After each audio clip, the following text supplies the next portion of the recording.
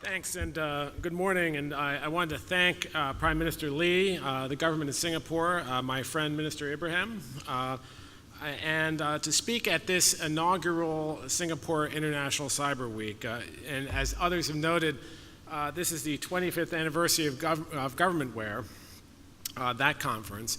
And seeing how this has grown is near and dear to my heart as well, because I've spoken at the Government Wear conference several years ago when it was much smaller, and seeing how this has grown to really a major event is really important as a premier global conference.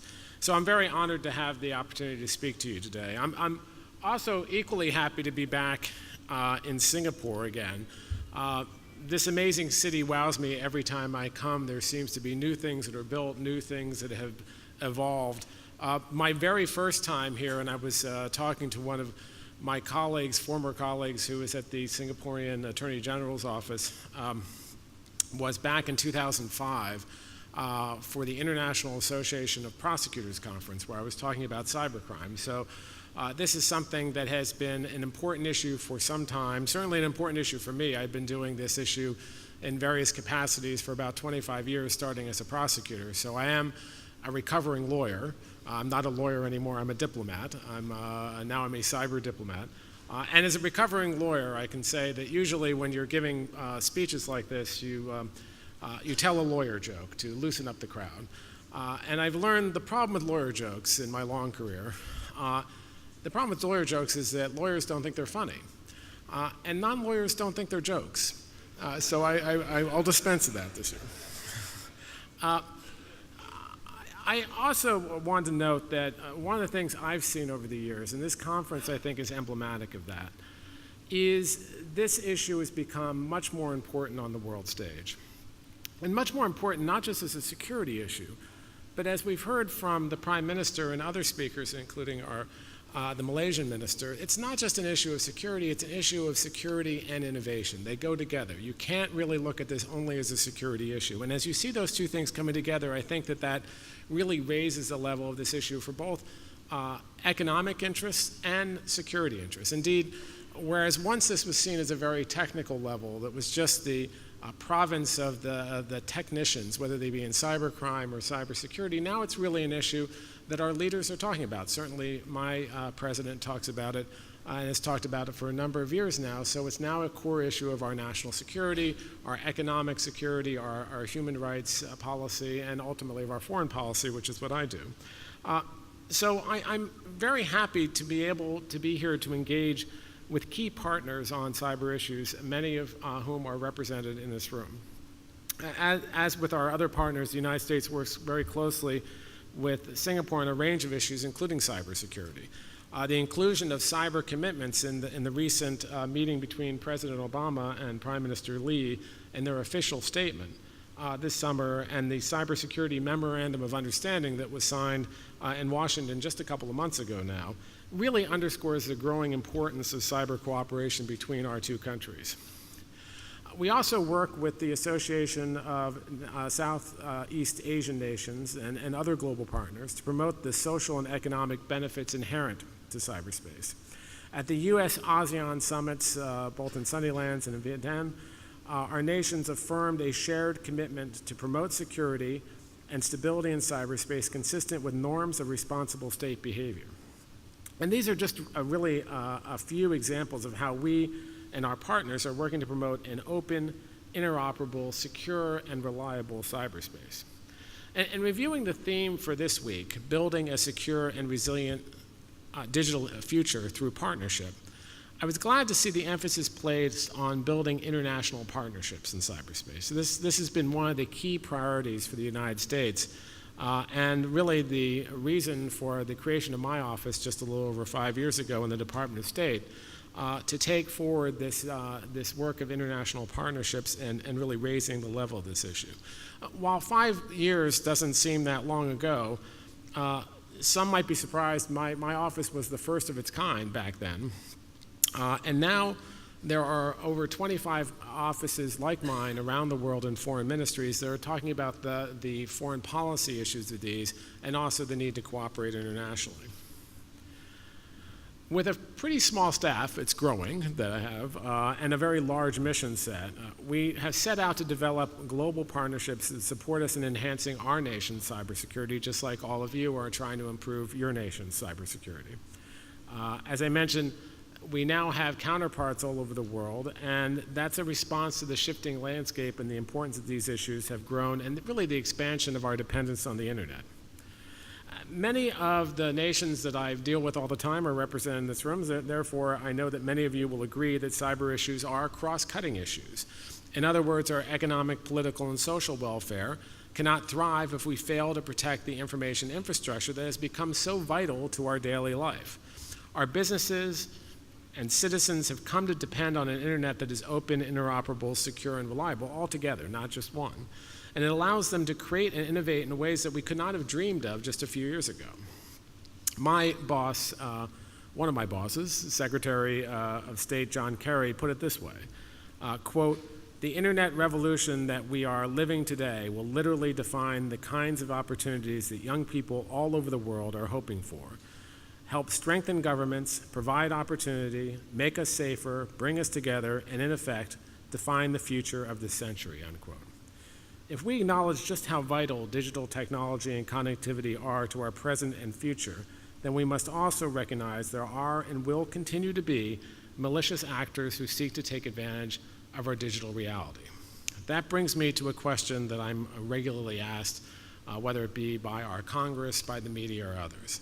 How do we deal with the growing number of threats to networks and infrastructures? I'm sure that some of you are also being asked that question, whether you're in government, the private sector, or civil society. I know you're all keenly aware of the variety of threats that we face in cyberspace, and some of them have been detailed in the earlier speeches today. There are operational threats to our cyber networks that, whether state-sponsored or criminal in nature, can potentially harm our security and do substantial damage to our infrastructure and our economic interests. There are also threats from large-scale cyber intruders for purposes of stealing intellectual property, trade secrets, and proprietary technology and sensitive business information from the private sector for commercial gain. Threats, in fact, come in a wide variety of malicious cyber activities, like ransomware, a recent trend, which is used to extort single individuals or hold hostage sensitive information, like medical records of every patient in an entire hospital system. Or one of the things that this conference will deal with, the Internet of Things and security challenges that this new Internet of Things pose. I think you've seen a story recently where a number of connected refrigerators all over the world were used to launch a denial of service attack against financial websites, which I think gives new meaning to the phrase freezing your assets. Sorry, it's my one Internet of Things joke. What we see is these cyber threats are not contained, as you all know, within any particular geographical boundary. It's not, no state really stands alone, and no nation is immune to these threats because they're always worldwide. When I was a prosecutor, I saw that international cooperation was paramount because smart cyber criminals, just like smart attackers, will route their attacks through many different places in order to try to evade detection and evade consequences. So in order to effectively address these challenges, it is vitally important that we foster a whole-of-government approach. At the State Department, we work closely with our interagency partners to ensure that our foreign policy positions on cross-cutting cyber issues are fully synchronized. For this reason, President Obama recently approved a presidential policy directive. This is a policy directive that was developed and then signed by the President on cyber incident response coordination. This directive marks a major milestone in codifying the policy that governs the U.S. federal government's response to significant cyber incidents and assists in facilitating cooperation on incident response across our interagency. To prevent cyber incidents before they take place, we recognize it is crucial to elevate cyber issues throughout international engagements and to promote global cooperation to ensure that states take these threats seriously, certainly a trend that we've been seeing as states really are grappling with these issues. It is equally important to build consensus on voluntary peacetime norms of responsible state conduct in cyberspace that will, in the long run, enhance international security to address malicious activity at the state level. So you're dealing with a criminal threat, you're dealing with a state threat, you're really looking at all the threats together. These steps are part of how the United States supports a strategic framework for international cyber stability designed to achieve and maintain a peaceful cyberspace environment where all states are able to fully realize its benefits. A cyberspace where there are advantages to cooperating against common threats and avoiding conflict, and where there is little incentive for states to engage in disruptive behavior or to attack one another. The strategic framework really consists of three pillars. First, global affirmation of the applicability of international law to cyberspace. That we don't need a whole new legal structure for cyberspace, that international law applies. Second, the development of an international consensus on certain voluntary norms of state behavior, of responsible state behavior in cyberspace that apply during peacetime. And third, the development and implementation of practical confidence building and transparency measures that can help aid stability in a practical way between states and prevent inadvertent misunderstanding and escalation. We've been forging a growing international consensus on this framework. Indeed, this is one of the things that was mentioned in the statement between your Prime Minister and our President. And we'll continue to promote a broad consensus on international cyber stability wherever possible. Expanding on this consensus is a core diplomatic priority of the United States and a core priority of our President. To that end, we have continued to raise and will continue raising these issues at a high level in almost every bilateral and multilateral engagement with countries that we have around the globe. We are very pleased that Singapore and many countries represented here have joined us in this effort. The first and most fundamental pillar of the framework that I mentioned is the applicability of existing international law. We had mentioned earlier the group of governmental experts in the UN, and that's a very important body, and really reached a landmark conclusion back in 2013 that affirmed the applicability of existing international law, including the UN Charter, to which we're all members, to state conduct in cyberspace.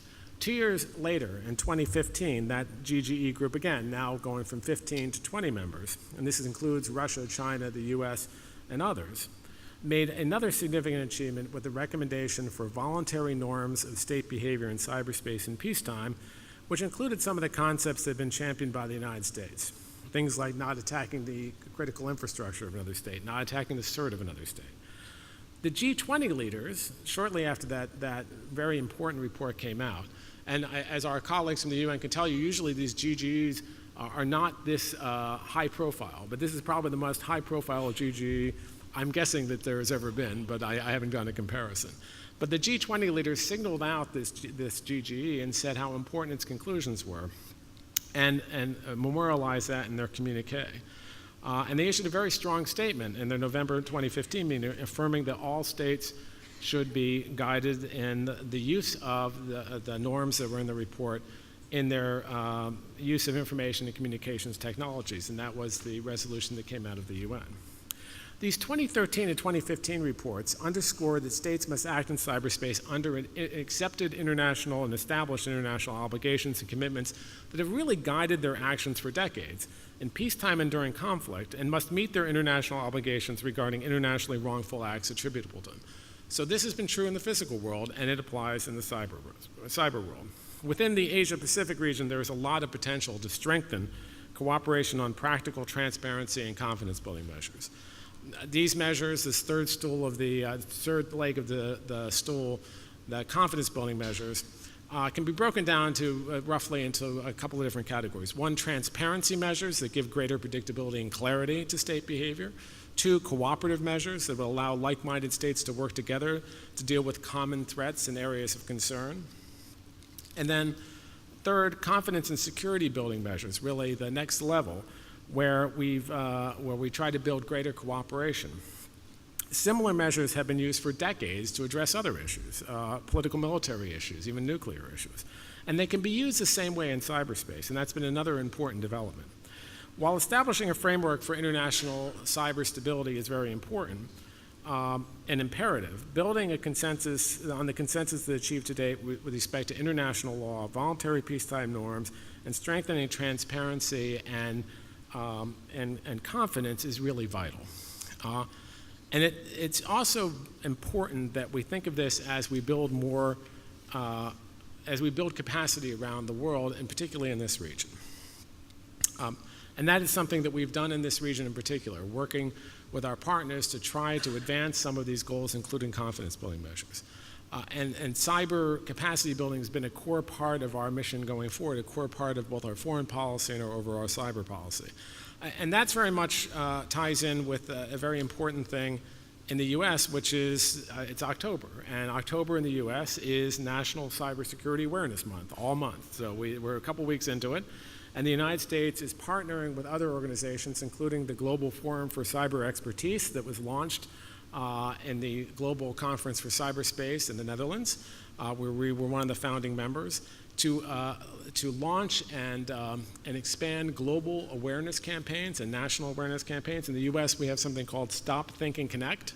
And this campaign is meant to empower businesses, governments, and individuals to adopt more safe practices online. So I encourage each of you to join with us in this effort by going to, not surprising, stopthinkconnect.org and becoming a partner. It's a very good site and it has a lot of good information. And as the theme for this week highlights, our digital future really will depend on partnership, whether it's international partnerships and cooperating against threats, or raising awareness, or national strategies like Singapore has just released. Only through partnership can we really make a difference in the world of online safety and cybersecurity. So I want to thank our Singaporean hosts. I really look forward to engaging with all of you over the next few days. And I think the road ahead is challenging, but I think it's very promising. So I look forward to it. Thank you.